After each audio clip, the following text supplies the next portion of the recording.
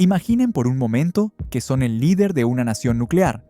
Han invertido millones en su programa naval, invitan a toda la élite militar para presenciar el lanzamiento de su nuevo destructor de guerra, y en cuestión de minutos, delante de sus ojos, 5.000 toneladas de acero se hunden como una piedra en aguas poco profundas.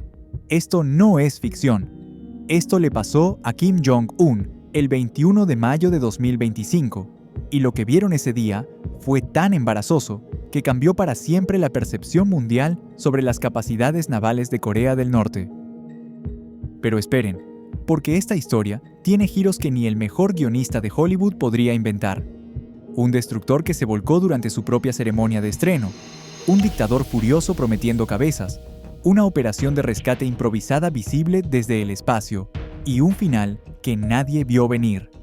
En los próximos 15 minutos, vamos a descubrir exactamente qué salió tan terriblemente mal en el puerto de Chongjin, que convirtió el orgullo naval de una nación en el meme militar del año. Para entender la magnitud de este desastre, necesitamos retroceder al momento en que Kim Jong-un decidió que Corea del Norte se convertiría en una potencia naval. En abril de 2025, apenas un mes antes del accidente que sacudiría al mundo, el dictador había revelado con gran pompa el primer destructor de la clase Choe-Hyun. No era solo un buque, era una declaración de intenciones. Kim Jong-un había prometido públicamente construir más destructores y diversos cruceros y fragatas, transformando a su aislado país en una fuerza naval respetable. Era una ambición audaz para una nación cuya marina había luchado durante décadas simplemente para mantener sus embarcaciones a flote. El astillero Hanbuk, en el puerto de Ohang en Chongjin, se había convertido en el epicentro de estos sueños de grandeza naval. Allí, bajo el más estricto secreto, se construía el segundo destructor de la clase, una bestia de acero de 5.000 toneladas que prometía ser la joya de la flota norcoreana. Los trabajadores habían laborado día y noche para completar esta maravilla de la ingeniería naval norcoreana, sin saber que estaban construyendo lo que pronto se convertiría en el fracaso más documentado de la historia naval moderna. Y entonces, llegó el 21 de mayo de 2025, un día que debería haber sido histórico por todas las razones correctas. Kim Jong-un se había levantado esa mañana con la confianza de un hombre que está a punto de presenciar el triunfo de su visión. Vistiendo su característica chaqueta oscura, llegó al puerto de Chongjin con una comitiva de oficiales navales y funcionarios del partido, todos esperando ser testigos de un momento de gloria nacional. Una amplia plataforma de observación había sido montada estratégicamente para ofrecer la mejor vista del lanzamiento. El destructor ya flotaba parcialmente en el agua, sostenido por un complejo sistema de rieles y gradas, diseñado para deslizarlo lateralmente hacia aguas más profundas. Era un procedimiento que había sido probado miles de veces en astilleros de todo el mundo. ¿Qué podría salir mal? Todo, absolutamente todo podría salir mal.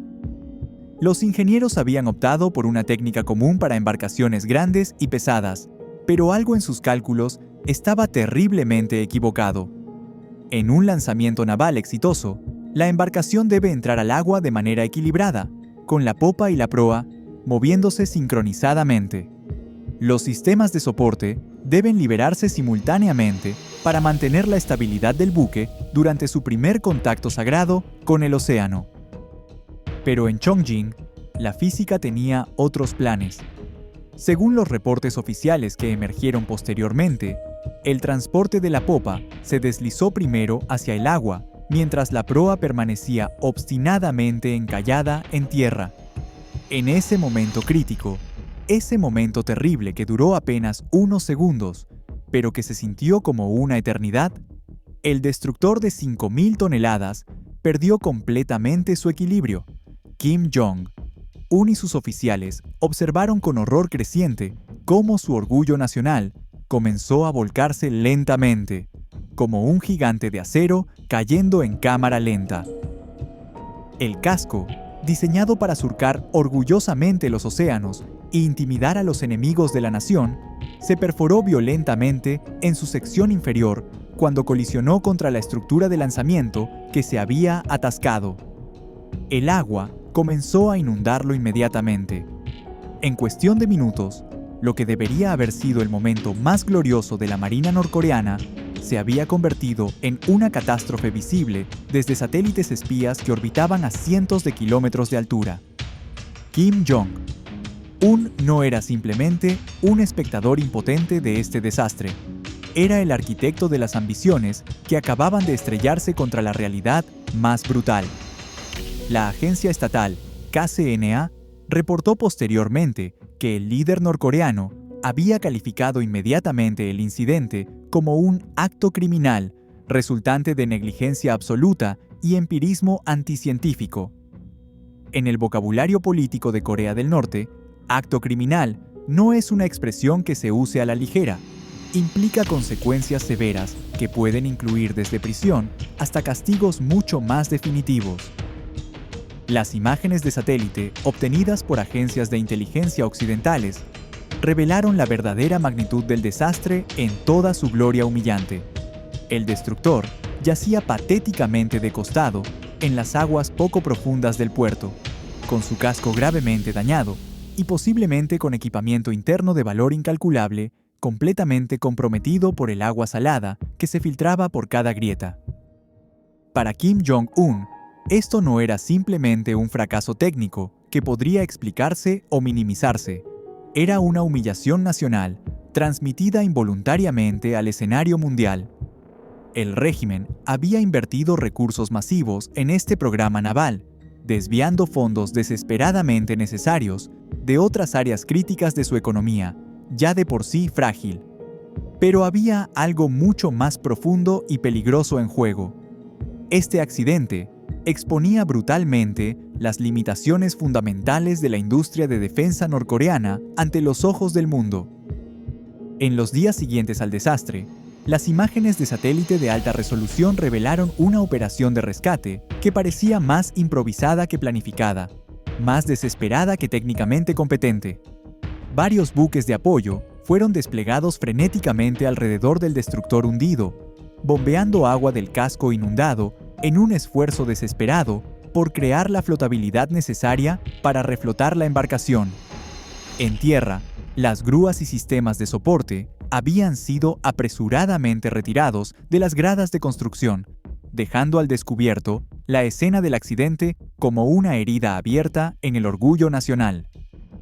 Los expertos navales internacionales observaron con fascinación profesional esta operación de rescate sin precedentes. Nunca antes un buque de guerra moderno había sufrido un accidente tan severo durante su lanzamiento, y mucho menos bajo la mirada directa e incómoda de un jefe de Estado.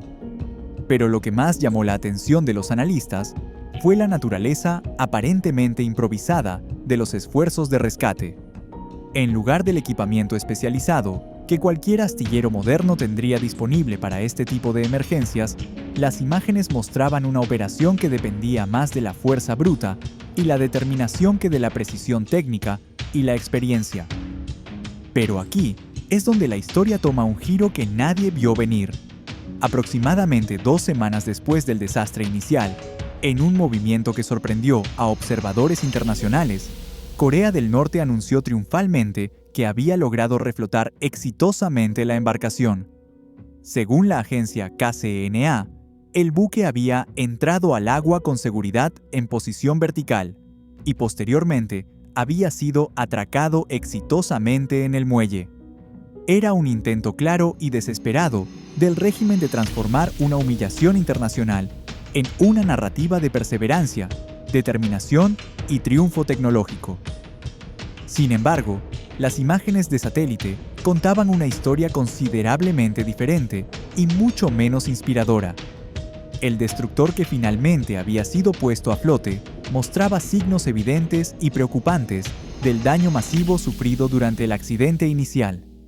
Los expertos en construcción naval expresaron serias dudas sobre la viabilidad operacional a largo plazo de la embarcación, señalando que los daños estructurales sufridos durante un accidente de lanzamiento pueden comprometer la integridad del casco de maneras que no son inmediatamente visibles, pero que pueden manifestarse catastróficamente bajo las tensiones extremas del servicio naval en alta mar.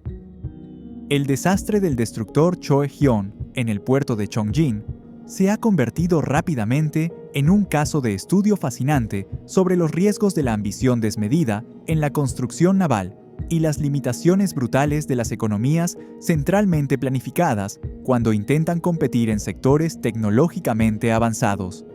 La construcción naval moderna no requiere solo recursos financieros masivos, demanda décadas de experiencia técnica acumulada, protocolos de seguridad rigurosos desarrollados a través de generaciones de ingenieros y una cadena de suministro técnico increíblemente sofisticada que simplemente no puede improvisarse.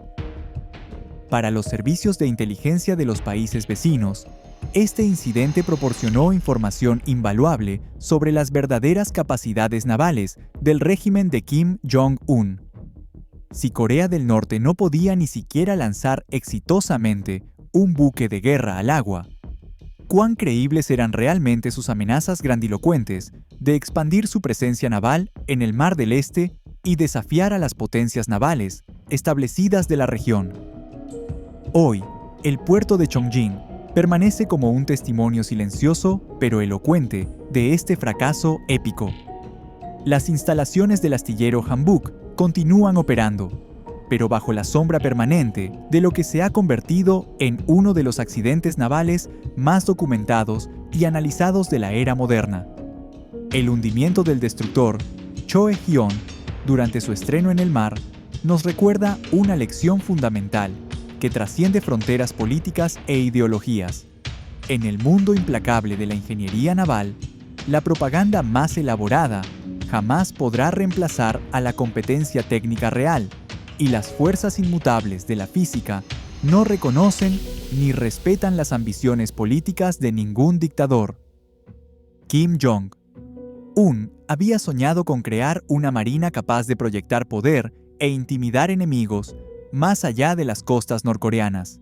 En cambio, el mundo entero fue testigo de cómo incluso los sueños militares más ambiciosos pueden hundirse irremediablemente en las aguas poco profundas de la inexperiencia técnica y la negligencia ingenieril. Esta es la historia completa de por qué el navío coreano se hundió en su estreno en el mar. Un recordatorio brutal de que en la intersección inevitable entre la ambición política desmedida y la realidad técnica implacable, la realidad física siempre prevalece.